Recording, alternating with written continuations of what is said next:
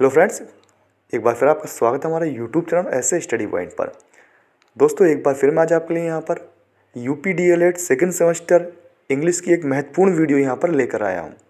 दोस्तों, इस वीडियो को आप बहुत ही कम समय में देखकर इंग्लिश के एग्ज़ाम में अपना स्कोर अधिक से अधिक दे सकते हैं। तो आइए दोस्तों, बिना समय गंवाए वीडियो शुरू करते हैं।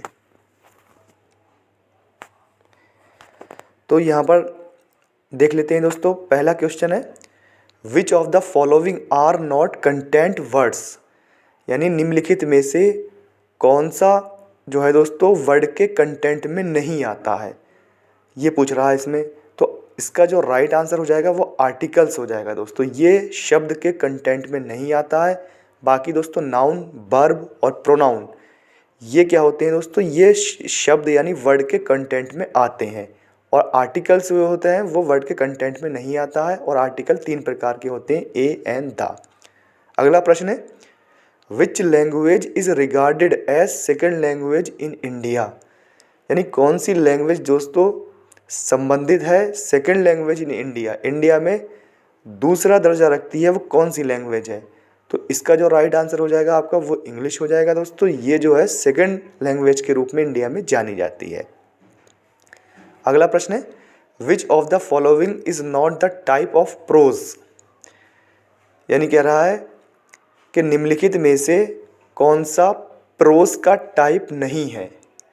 तो जो प्रोज का टाइप नहीं है दोस्तों, तो ड्रामा, तो ये तो प्रोज का टाइप है। जो पोएम जो होती है वो प्रोज नहीं होती है, वो पोइट्री का टाइप होती है दोस्तों। तो option B is right answer हो जाएगा।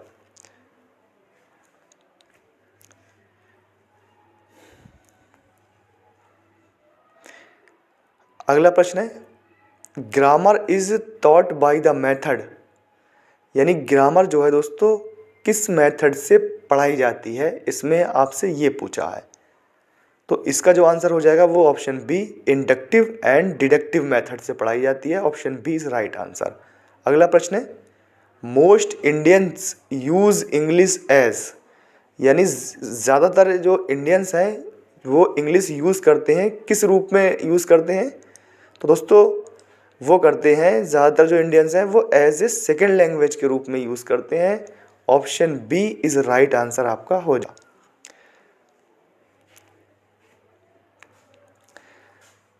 अगला प्रश्न यहाँ पर देख लेते हैं मॉडर्न टीचिंग इज ए, यानी मॉडर्न आधुनिक टीचिंग जो है वो क्या है। तो इसका आंसर यहाँ पर देख लेते हैं दोस्तों। इसका जो आंसर हो जाएगा वो हो जाएगा आपका चाइल्ड सेंटर्ड, यानी जो आधुनिक टीचिंग जो है वो बच्चे पर केंद्रित होती है। तो ऑप्शन इसका बी जो है वो आपका राइट आंसर हो जाएगा।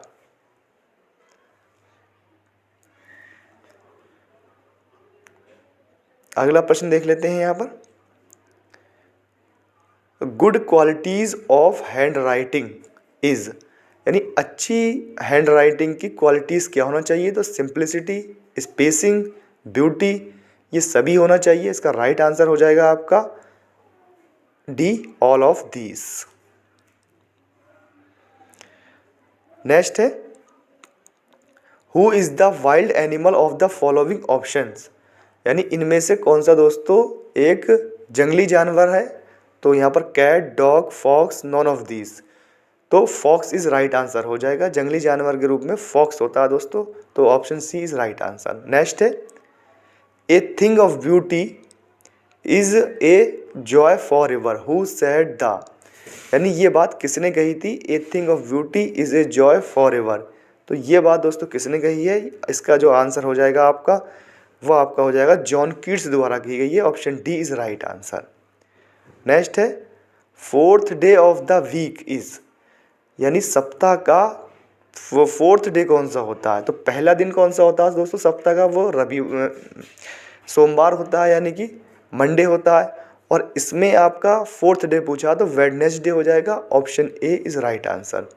अगला प्रश्न है conversation is a dialogue between, तो कन्वर्जेशन जो है तो बातचीत जो है दोस्तों वो कितने पर्सन के बीच होती है दोस्तों। तो इसका जो राइट आंसर हो जाएगा वो आपका हो जाएगा यहाँ पर ऑप्शन बी, 2 के बीच हो सकती है मिनिमम। तो option B is right answer हो जाएगा। अगला प्रश्न है who invented the bilingual method, यानी बाइलिंगुअल मेथड की खोज या इन्वेंट किसने किया था, ये आपसे यहाँ पर पूछा है। इसका राइट आंसर हो जाएगा दोस्तों, आपका राइट आंसर हो जाएगा professor CJ Dodson, option C is right answer. अगला प्रश्न है how many kinds of degree, यानी डिग्री के कितने प्रकार होते हैं, 3 होते हैं दोस्तों। यहाँ पर option A is right answer हो जाएगा। पॉजिटिव, कंपैरेटिव और सुपरलेटिव, ये 3 डिग्रियाँ होती हैं। अगला प्रश्न है कि how many kinds of gender, gender के कितने काइंड्स होते हैं दोस्तों, तो 4 काइंड्स होते हैं। Option A is right answer.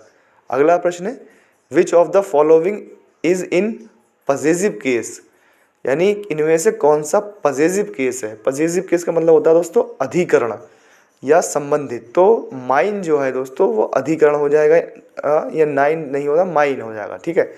अगला प्रश्न यहाँ पर देख लेते हैं complete the following sentence with suitable article, यानी आर्टिकल यहाँ पर यूज़ करना है जो भी आर्टिकल यहाँ पर सुटेबल हो, यानी और आर्टिकल होते कितने हैं दोस्तों, वही 3 आर्टिकल होते हैं, ए एन द। तो यहाँ पर देख लेते हैं, सबसे पहले एन आ जाएगा, एन एप्पल, क्योंकि वॉवल से उच्चारण हो रहा है एप्पल का, तो एन आ जाएगा। अगला ऑरेंज का उच्चारण हो रहा है, इसमें भी एन आ जाएगा क्योंकि इसका उच्चारण भी वॉवल से हो रहा है। और गुआवा, इसका उच्चारण दोस्तों व्यंजन से हो रहा है, तो ए आ जाएगा। इस तरह से यहाँ पर आर्टिकल्स हम यहाँ पर पूरे कर सकते हैं। अगला प्रश्न है I am going to Allahabad she said, तो पंचुएट द सेंटेंस, यानी इस सेंटेंस को पंचुएट करना है। पंचुएट का मतलब होता है दोस्तों विराम चिन्हों का यूज़ करना है इसमें, कि कहाँ फुल स्टॉप आएगा, कहाँ कॉमा आएगा, और दोस्तों कौन सा जो वर्ड है उसमें कौन सा कैपिटल बनना है, कौन सा स्मॉल बनना है।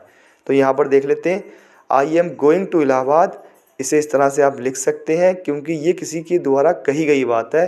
शी सैड, यानी I am going to Allahabad को दोस्तों काय में इन्वर्टेड कॉमा में बंद कर देंगे और कॉमा लगा के शी सैड लिख देंगे, यानी उसने कहा I am going to Allahabad, मैं इलाहाबाद जा रही हूँ, ठीक है दोस्तों। तो इस तरह से इसे आप I am going to Allahabad, ये किसी की कही हुई स्पीच है, तो इसे आप इन्वर्टेड कॉमा में बंद कर देंगे। इस तरह से आप इसे यहाँ पर सॉल्व कर सकते हैं। अगला प्रश्न देख लेते हैं he has taken T change into passive voice, यानी इसे पैसिव में चेंज करना है दोस्तों। तो हाँ, सबसे पहले इसकी एक ट्रिक है, आपको जब एक्टिव वॉइस में हैज़, हैव, हैड ये चीज़ें दिखाई दें तो आप उससे बीन में लेके चले जाएं सेंटेंस को और वर्ब की थर्ड फॉर्म लगा दें। वो भी वर्ब की थर्ड फॉर्म दोस्तों आपको वहाँ पर मिलेगी। तो सबसे पहले टी लेंगे, फिर हैज़ बीन कर देंगे, और टेकन की थर्ड फॉर्म टेकन ही है दोस्तों, थर्ड फॉर्म लगी हुई है, और बाई ही का हम इधर हिम कर देंगे। इस तरह से यहाँ पर पैसिव वॉइस हम बना लेंगे। अगला प्रश्न है fill in the blank with correct pronoun, यानी यहाँ पर प्रोनाउन हमें यहाँ पर फिल करना है कि कौन सा प्रोनाउन यहाँ पर आने वाला है। तो वी ऑलवेज लाइक वॉइस, यानी हम पसंद करते हैं लाइक वॉइस लड़कों को जो स्पीक ट्रूथ, जो सच बोलते हैं। तो जो की जगह यहाँ दोस्तों क्या आना चाहिए, यहाँ पर आ जाना चाहिए आपका हु, WHO हु। तो प्रोनाउन जो यूज़ होगा यहाँ पर वो आपका यहाँ पर हो जाएगा हु, प्रोनाउन यहाँ पर आपका यूज़ हो जाएगा। इस तरह से आप इसका आंसर लिख सकते हैं। अगला प्रश्न देख लेते हैं यहाँ से। अगला प्रश्न नंबर 20 है lead is the heaviest of all metals. तो यहाँ हैवेस्ट दोस्तों ये एक सुपरलेटिव डिग्री यहाँ पर है, और change into comparative degree, comparative degree में इसे हमें चेंज करना है। और हैवेस्ट जो यहाँ पर है ये सुपरलेटिव डिग्री है, कंपैरेटिव डिग्री में हमें चेंज करना है। तो हम सबसे पहले लेड लिखेंगे इज, और हैवेस्ट का हैवियर बनाएंगे कंपैरेटिव डिग्री में, और उसके बाद देन का यूज़ करते हैं, फिर हम लगा देंगे एनी अदर मेटल। इस तरह से हम इसे सुपरलेटिव डिग्री को कंपैरेटिव डिग्री में यहाँ पर हम चेंज कर लेंगे। इस तरह से डिग्री की चेंजिंग आप यहाँ पर देख सकते हैं। अगला प्रश्न यहाँ पर ले लेते हैं दोस्तों I hope to pass the test. तो यहाँ पर एक सिंपल सेंटेंस दे रखा है दोस्तों, और इसे क्या में चेंज करना है, कॉम्प्लेक्स सेंटेंस में हमें यहाँ पर चेंज करना है। तो यहाँ पर सबसे पहले हम आई होप लिखेंगे सबसे पहले। पहले तो देख लेते हैं, I hope to pass the test, यानी कि ये एक सिंपल सेंटेंस है और कॉम्प्लेक्स में से चेंज करना है। तो यहाँ पर अब सबसे पहले हमें लिखेंगे इसका आई होप, मैं आशा करता हूँ। अब ये हम दैट का यूज़ करेंगे यहाँ पर कंजक्शन के लिए, दैट लगाएंगे यहाँ पर कि मैं आशा करता हूँ कि, और आई शैल पास द टेस्ट कि मैं टेस्ट जो है पास कर लूँगा। यानी दैट जो है एक सबऑर्डिनेटिंग कंजक्शन है और इसका यूज़ करके यहाँ पर हमने कॉम्प्लेक्स सेंटेंस बना लिया है। अगला प्रश्न है please help me change into passive voice, यानी ये एक इम्परेटिव सेंटेंस है और इसका पेसिव बनाना। तो प्लीज़ लगा हुआ होता है दोस्तों तो हम लिख देते हैं यू आर रिक्वेस्टेड और टू से जोड़ के टू हेल्प मी ऐसे ही लिख देते हैं, इससे पेसिव बन जाता है। अगला प्रश्न है point out the noun in the following sentence, यानी जो नीचे सेंटेंस दिया गया है दोस्तों आपको उसमें से पॉइंट करना है कि उसमें नाउन कौन सा वर्ड जो है वो नाउन है। तो यहाँ पर देख लेते हैं, जो यहाँ पर वर्ड आया है आपका एक क्राउड आया है। क्राउड का मतलब होता है भीड़, यानी the crowd was very big. तो इसमें जो है द जो आर्टिकल हो जाएगा, वाज जो है दोस्तों हेल्पिंग वर्ब हो जाएगी और बिग ये है जो एडजेक्टिव हो जाएगा और वेरी जो है दोस्तों वो क्रिया विशेषण यानी कि एडवर्ब हो जाएगा। तो यहाँ पर नाउन पूछी है तो नाउन जो है दोस्तों वो आपकी हो जाएगी क्राउड। और क्राउड में कौन सी नाउन होती है दोस्तों? क्राउड में होती है आपकी कलेक्टिव नाउन होती है। तो यहाँ नाउन पूछ रहा था तो नाउन यहाँ पर हमने देख ली है। अगला प्रश्न है he said to me are you reading this novel change into indirect, यानी यहाँ पर एक डायरेक्ट दे रखा है, डायरेक्ट स्पीच दे रखी है, आपको उसे इनडायरेक्ट में यहाँ पर चेंज करना है। तो सबसे पहले हम लिखेंगे, और ये एक इंट्रोगेटिव स्पीच है, तो जब इंट्रोगेटिव होती है तो सेड टू को आस्क्ड में चेंज कर लेते हैं, तो ही आस्क्ड मी, क्योंकि जो are you reading this novel है दोस्तों तो वो काहे में है, वो आपका इंट्रोगेटिव सेंटेंस है और इंट्रोगेटिव सेंटेंस होता है तो इफ से कंजक्शन से उसे जोड़ देते हैं। अब आगे देख लेते हैं यू जो है मी के पास दोस्तों चेंज होने जाएगा ये, क्योंकि सेकंड पर्सन ऑब्जेक्ट के पास, तो यू का आई आ जाएगा। हम सब्जेक्ट के रूप में मी के की जगह आई ले लेंगे हम, और इज़ार एम वाला सेंटेंस है वाज वर्ब में चला जाएगा आई वाज, और रीडिंग का रीडिंग ही रहेगा इस तरह से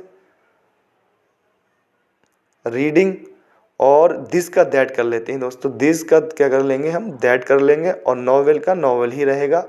और आखिर में दोस्तों क्या आ जाएगा आपका फुल स्टॉप लगा देंगे, क्योंकि ये जो सेंटेंस है ये असर्टिव बना लेते हैं हम, यानी जो इंट्रोगेटिव दे रखा होता है उसे असर्टिव बना लेते हैं। अगला प्रश्न है कंप्लीट द स्पेलिंग, तो यहाँ पर स्पेलिंग को कंप्लीट करना है, यानी कि फिल करना है, कंप्लीट करना है इसे पूरा। तो यहाँ पर देख लेते हैं नॉलेज लिखा हुआ KNOWLEDGE, तो नॉलेज इस तरह से लिखा जाता है, तो आप यहाँ पर देख सकते हैं। अगला प्रश्न, अगला स्पेलिंग को भी फिल कर लेते हैं, और यह है एलिमेंट्री ELEMENTARY एलिमेंट्री। तो दोस्तों इस तरह से यहाँ पर हमने वीडियो बना ली है।